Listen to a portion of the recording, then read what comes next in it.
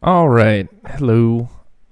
So for today's topic, I'm going to be talking about CrossFit and specifically how the price range of CrossFit, what they say you're paying for, what you actually get, and the injury rates, specifically comparing men versus women for the injury rates to see how that is and to see whether CrossFit is specifically for a certain group of people.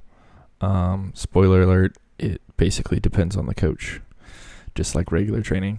All right, so now I'm just going to show you the articles that I found and go over those and show you what sort of information they have in the form of scientific information, and then we'll get into more conjecture on my part. All right, so the first article that I'm going to do is a meta-study, which all it does is combine several different studies to give you the general consensus of what the scientific information says.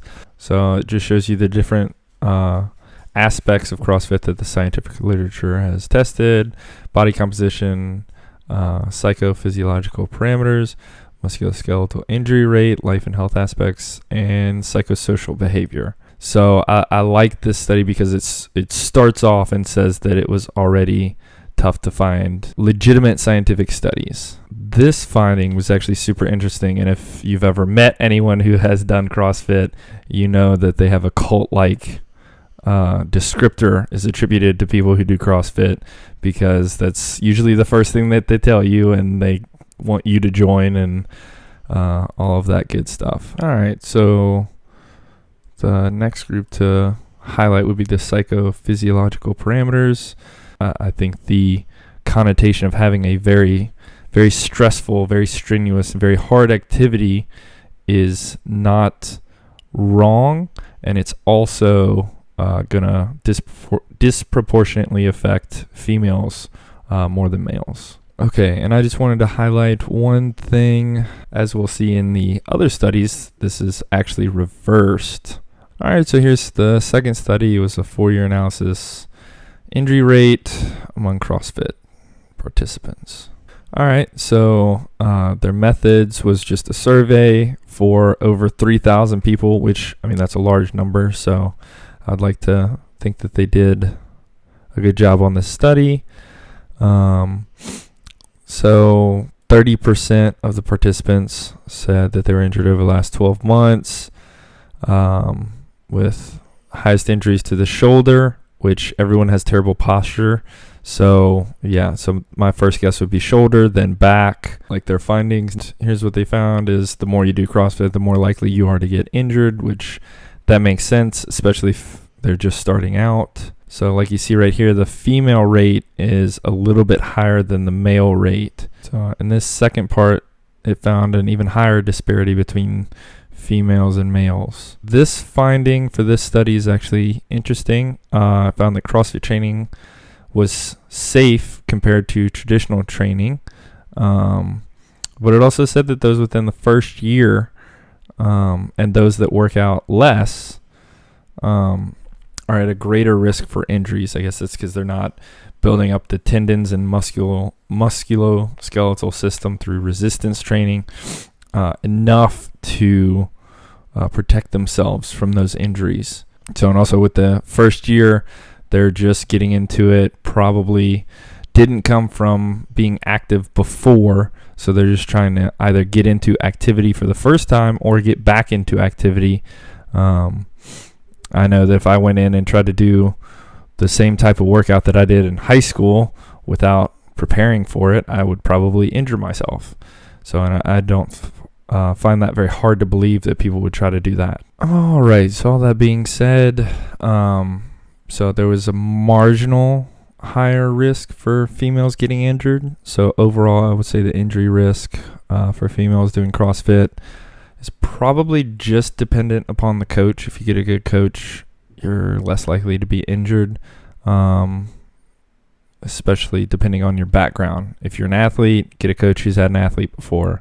If you're an athlete that hasn't worked out in a while, get a coach who's had an athlete that hasn't worked out in a while, etc., etc. So the other aspect of CrossFit that I wanted to talk about was the socioeconomic status differentiation in CrossFit. All that means is CrossFit just for the rich. So the typical, if you want to do the unlimited classes, which is just what I'm going to compare, I've seen prices in New Orleans from $100 at one gym, which then went out of business.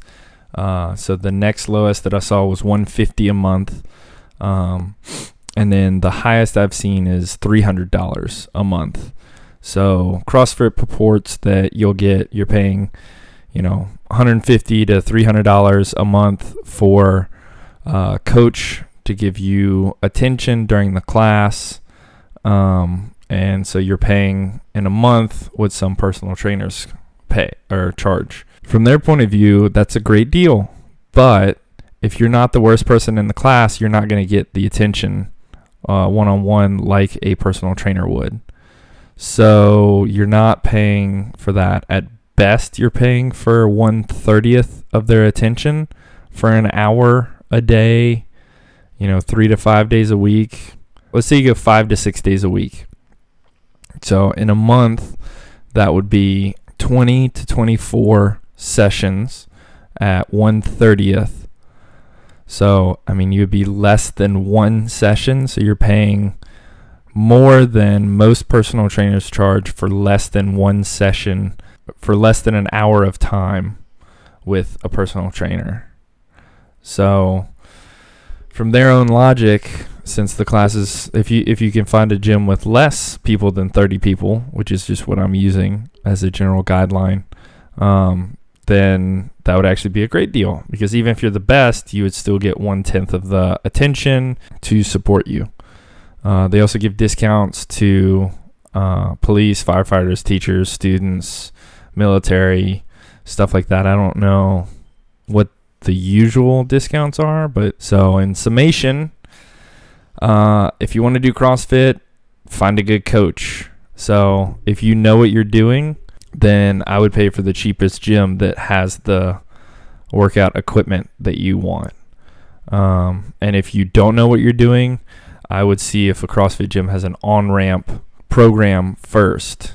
And if they don't, then I would go get a personal trainer to teach you how to do the movements before you just jump into a CrossFit class, which could lead to a high risk or is a high risk for injury.